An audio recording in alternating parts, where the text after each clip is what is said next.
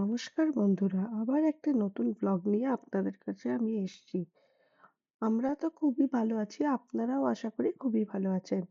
সকালটা এত সুন্দর ছিল, তার মধ্যেই দেখি আমার হাজবেন্ড অলরেডি গার্বেজ উঠিয়ে রেডি করে রেখে দিয়েছে।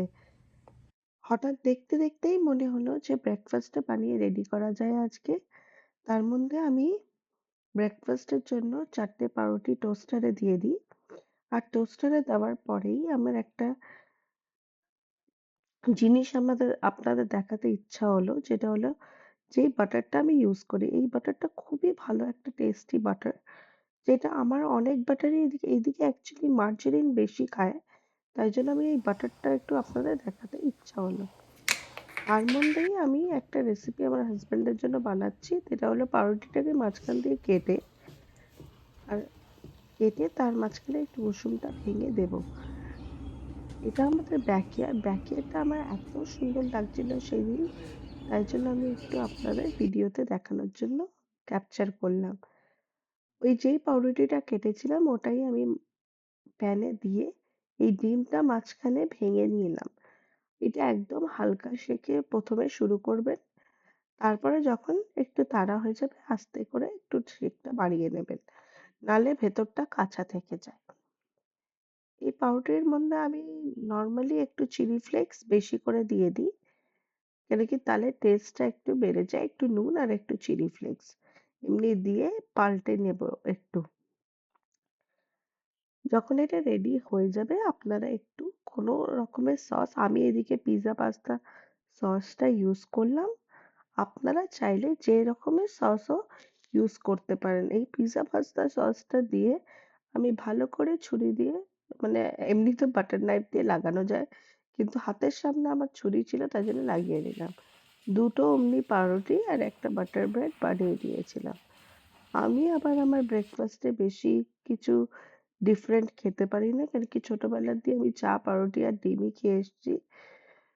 আর আমি এখনো ওটাই খাই। আজ অব্দি আমি না চেঞ্জ করতে পেরেছি, না আমার মনে হয় আমি আগে দিয়েও চেঞ্জ করতে পারবো। এই কিছুক্ষণ পরেই আপনাদের এই ব্রেকফাস্টটা বানানো যখন হয়ে গেল, গ্যাসটা বন্ধ করে একটু ব্যাকইয়ার্ডটা দেখাতে এনেছিলাম।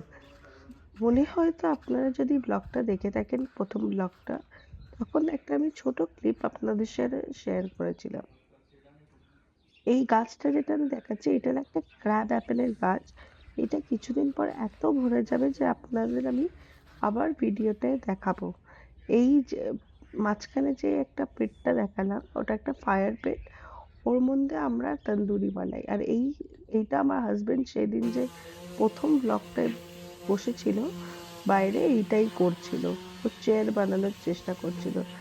আর এখন স্যান্ডিং করছে ও এই পেন্সটা, যেন ওরা আবার আমরা কালার করতে পারি। অ্যাকচুয়ালি কালারটা খুবই উঠে গেছে, তাই জন্য নতুন করে এই বছর আমাদের আবার কালার শুরু করতে হলো।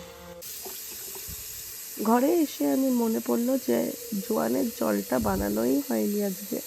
তো ওটাই রেডি করার জন্য একটু ঠান্ডা জল হাফ কেটেল মতন ঢেলে নিলাম। আর তারপরে 2 চামচ জোয়ান দিয়ে এটা আমি বানানোর জন্য রাখলাম।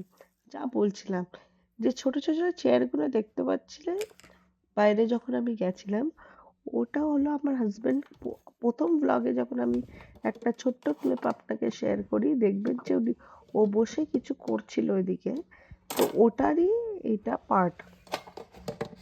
ওই বসে বসে ও একটু করে চেয়ারটা বানানোর চেষ্টা করছিল। আর আমি যখন আজকে সকালে এটা দেখলাম খুবই সুন্দর লাগছে দেখতে। এই যখন হয়ে গেল তারপরে আমি এই মশলাদানিটা নিজের জায়গা মতন রেখে আবার পরিষ্কারের জন্য রেডি করলাম জায়গাটা। পরিষ্কার করে নিলে বারবার যে গ্রিসটা জমে একেবারে দিনের শেষে, ওটা পরিষ্কার করতে খুবই কষ্ট হয়। তাই জন্য যখনই আমি একটু কাজ করি যদি হালকাও পরিষ্কার করে নিই, তাহলে রাত্রে যে লাস্ট পরিষ্কারটা করি ওটার জন্য অত টাইমটা লাগে না আমাদের। আর দেখবেন যখন আপনারা জমিয়ে রাখবেন ওটা একটু বেশি প্রবলেম হয়।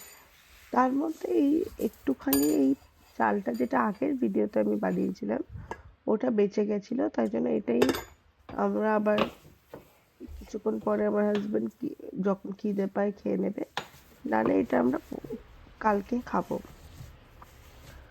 পরিষ্কার করতে করতে যে আপনাকে বলছিলাম যে আজকে ওয়েদারটা এতই সুন্দর যে আমার ঘরে থাকতে মন করছেই না। তাই জন্য আমি ভাবলাম যে অনেকক্ষণ আগে আমার ব্রেকফাস্টটা করা হয়ে গেছিল, তো ফ্রিজে একটা কেক ছিল, এটা আমার বন্ধু একটা চকলেট ড্রিম কেক বানায়, ওটা আমার খুব ভাল লাগে। ও সপ্তাহে একবার করে আমি ওর দিয়ে কিনি, তো ওটাই খাচ্ছি। আবার কিছুক্ষণ পরে আমার হাজবেন্ড বাইরে গেছিল, তো ওকে বললাম যে একটু বাবল টি এনে দিতে, তো একটা ব্রাউন সুগার বাবল টিও আমার জন্য এনে দেয়। এই আমার ঘর, এটা বাড়ি। এটার এন্ট্রান্সটা হলো ঠিক এমনি। পুরোটা তো আপনাদের এখনো দেখাতে পারিনি, আমি মোস্টলি আজকে ওয়েদারে ফোকাস করছি। ঘরে এসে মনে পড়লো যে আজকে তো আমি রুমের চাদরটা ওঠাইনি, তাই জন্য তাড়াতাড়ি করে একটু গুছিয়ে নিলাম। বেশি আমরা গোছাই না, সে তো শুতে ওই বেডেই হবে, যেটুকুনি গোছানোর হয়। ওয়েদারটা এত ভালো ছিল বলে হঠাৎ আমার হাজবেন্ড এসে বললো চলো চিকেন তন্দুরি, ফিশ তন্দুরি বানাই। বললাম ঠিক আছে চলো। তাই জন্য একটু রেডি করছি। এক এক দু চামচ জিঞ্জার গার্লিক পেস্ট, একটুখানি দই, তন্দুরি মশলা, নুন দিয়ে আপনারা এটা ভালো করে যদি মেখে নেন, আর কিছু দরকার লাগে না। প্রথমে ভেবেছিলাম বাইরে বসেই করব, কিন্তু যেহেতু সন্ধেটা একটু বেশি বেড়ে গেছিল, তাই জন্য আমি আর বাইরে বসলাম না। আর এর মধ্যে আমি একটু জিরে গুঁড়োও দিয়েছিলাম, আর একটু কাশ্মীরি লাল মির্চ, যেন কালারটা চলে আসে। আর তন্দুরি মশলা তো আমি সবসময় শানের ইউজ করি, কেন কি ওর গন্ধটা আমার খুবই ভালো লাগে।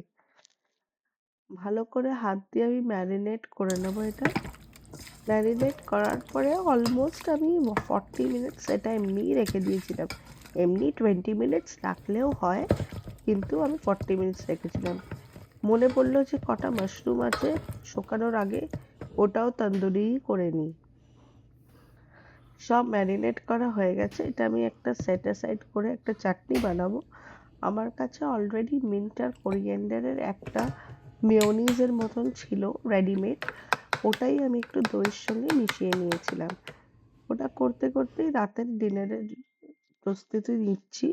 তার মধ্যে আমি পাস্তা বানাবো বলে কিছুটা কালারফুল পাস্তা আর কিছু আমার কাছে শেল পাস্তা ছিল, দুটোকেই মিশিয়ে, কেন কি কালারফুল পাস্তাটা কম ছিল বলে একটু আমার শেল পাস্তাটাও মেশাতে হয়েছিল। মিশিয়ে এখন বসিয়ে দেব, যে আজকে রাত্রে আর ঝড় ঝামেলা না করে একটু পাস্তা ওই খেয়ে নেব, কেন কি আবার নাহলে ভাত টাত বসাতে হবে। আর অলরেডি অনেক টাইম হয়ে গেছিল, প্রথমে তো ভেবেছিলাম বাইরেই করব, কিন্তু হঠাৎ হাওয়াটা চেঞ্জ হয়ে একটু ঠান্ডা হয়ে গেছিল বলে আমি একটু অ্যাভয়েড করলাম। তাই জন্য আপনারা পরে একটু পরেই দেখতে পারবেন যে আমি ওটা এয়ার ফ্রায়ারে বানাচ্ছি। আর যা বলছিলাম, আমার হাজবেন্ড একটু বেশি বাইরের কাজটা করতে ভালোবাসে, যেমন পেন্টিং বা কিছু, তাই জন্য ওটাই ও বেশিরভাগ আপনারা ভিডিওতে দেখবেন ও ওটাই করে। একটু ব্রকলি, দুটো ক্যাপসিকাম, একটা পেঁয়াজ, দুটো লঙ্কা দিয়ে আমি এই পাস্তাটা বানাবো। পেঁয়াজ কাটার পরে মনে হলো যে অর্ধেক পেঁয়াজই প্রচুর, তাই জন্য আমি অর্ধেক পেঁয়াজ কাটার পরে আর কাটিনি। আর ক্যাপসিকামও অর্ধেক বেঁচে গেছিল, যেহেতু গ্রিন অ্যান্ড ইয়েলো মিশিয়ে করেছিলাম, তার জন্য অর্ধেক ক্যাপসিকাম আমি রেখে দিয়েছিলাম। এদিকে দেখলে আমি অনেককেও আপনারা দেখবেন যে পাস্তাতে নুন আর তেল দিয়ে দেয় একসঙ্গে। আমি নুন দিই, কিন্তু আমি তেলটা অ্যাভয়েড করি, কেন কি তেলটা আমার মনে হয় যে পাস্তাতেই জলে দিলে জলের সঙ্গে বেরিয়ে যায়।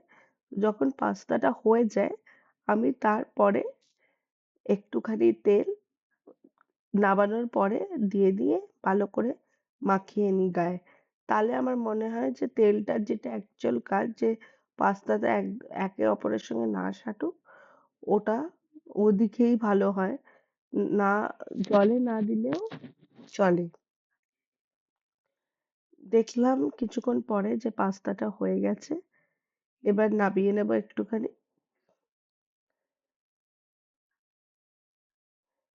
তার মধ্যে আমার জোয়ানের জলও রেডি হয়ে গেছিল। তো জোয়ানের জলটা তো আপনারা দেখলেন সকালবেলা বানিয়েছিলাম, তারপর আমার মনেই ছিল না। তো তাই জন্য হঠাৎ এখন মনে পড়লো, তো আমি একটু জোয়ানের জলটা ঢেলে নিলাম।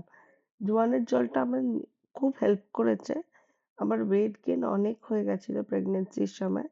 তো আমি এখন 1 মান্থ পোস্ট প্রেগনেন্সি পিরিয়ডে চলছি, কিন্তু জোয়ানের জল সত্যি আমায় প্রচুর হেল্প করেছে গায়ের থেকে এক্সট্রা জলটা বার করার জন্য। এই জল, ঠান্ডা জল দিয়ে একটু ধুয়ে নিলাম পাস্তাটা, যেন কুকিং প্রসেসটা স্টপ হয়ে যায়। এই ব্রকলি গুলো আমি একটা বলে কেন নিচ্ছি, যে আমি ব্রকলি যখন ডাইরেক্ট পাস্তাতে ঢেলে দিই ওর একটা কাঁচা টেস্ট থাকে, যেটা আমার খেতে একদমই ভাল লাগে না। তো তাই জন্য একটুখানি নুন আর একটুখানি তেলে আমি এয়ার ফ্রায়ারে ব্রকলিটা কিছুক্ষণ ফ্রাই করে নেব। আই থিঙ্ক 7 to 8 মিনিটস করলেই হয়ে যায়, তার বেশি লাগে না টাইম। আর আমার বেশিরভাগ জিনিসই এয়ার ফ্রায়ারে করতে ভাল লাগে, যেহেতু এয়ার ফ্রায়ারটা খুবই কনভিনিয়েন্ট আর ইজি। 390 ডিগ্রিজ ফর 6 মিনিটসে আমি লাগালাম। আপনি চাইলে এই দুটো মেগা জোনেও চালাতে পারলেন, বা জোন 1-এ কিছু লাগাতে পারেন, বা শুধু জোন 2-তেও কিছু লাগাতে পারেন। ওটা আপনার ডিপেন্ড করে যে আপনার কাছে কত জিনিস আছে আর কি জিনিস আছে, ওই হিসাবে আপনি করতে পারেন। আমি বেশিরভাগ জিনিস এয়ার ফ্রাই করি, বেক করলে একটু বেশি টাইম লাগে। পাস্তার রেসিপিটা শুরু করলাম। তেল দিয়ে দিই। তেল দেওয়ার পরে যেইটুকানি তেল দিলাম তার একটুখানি আর্ধেক চামচ মতন বাটারও দিয়ে দিই আমি এটার মধ্যে। বাটারটা দেওয়ার পরে আস্তে আস্তে এক এক করে আমি সবই দিয়ে দিই। আমি পেঁয়াজটা একটু প্রথমে দিলে আপনার একটু ব্রাউন, মানে একটু ব্রাউন বা পিঙ্কিশ হয়ে গেলে বাকি সব দিয়ে দিলেই চলে। একসঙ্গে দিলেও কিছু খারাপ লাগে না খেতে। তো এক এক করে দিয়ে দিয়ে তারপরে তার মধ্যেই দেখবেন পেঁয়াজটা হয়ে গেল। 5 মিনিট আমার অলরেডি এয়ার ফ্রায়ারেও ব্রকলিটা হয়ে গেছে। আর ব্রকলিটা যখনই এই কালারটা চলে আসবে না, একটা মাঞ্চিং টেস্ট চলে আসে ব্রকলির মধ্যে। আর্ধেক চামচ গার্লিক পেস্ট দিয়ে দিলাম পাস্তার জন্য।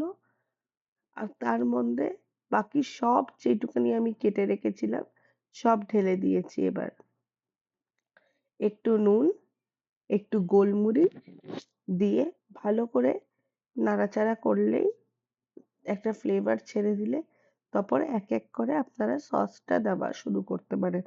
সসটা তো পুরোই আপনাদের অনুযায়ী দেবেন। আমি একটু পিৎজা পাস্তা সস, একটু sweet chilli sauce, sweet Thai chilli যে সসটা পাওয়া যায় ওটা, একটু টমেটো সস দিয়ে এই সসটা রেডি করি। এমনি আমি হোয়াইট সস বানাই, কিন্তু ওটারও জার পাওয়া যায় এদিকে, তো ওটাই আমি নেওয়ার চেষ্টা করি। এটা একটু অরিগেনো দিয়ে দিলাম আর একটু চিলি ফ্লেক্সও দিয়ে দেবো, তাহলে অথেন্টিক একটু পাস্তা টেস্ট চলে আসে। না থাকলে, যেটা আপনাদের কাছে থাকবে না ওটা আপনারা পারলে অ্যাভয়েডই করতে পারেন, কিচ্ছু যায় আসে না। আমি তো কোনো কোনো সময় পাস্তায় চিংড়ি মাছও দিয়ে দিই, খুব ভালোই টেস্ট লাগে।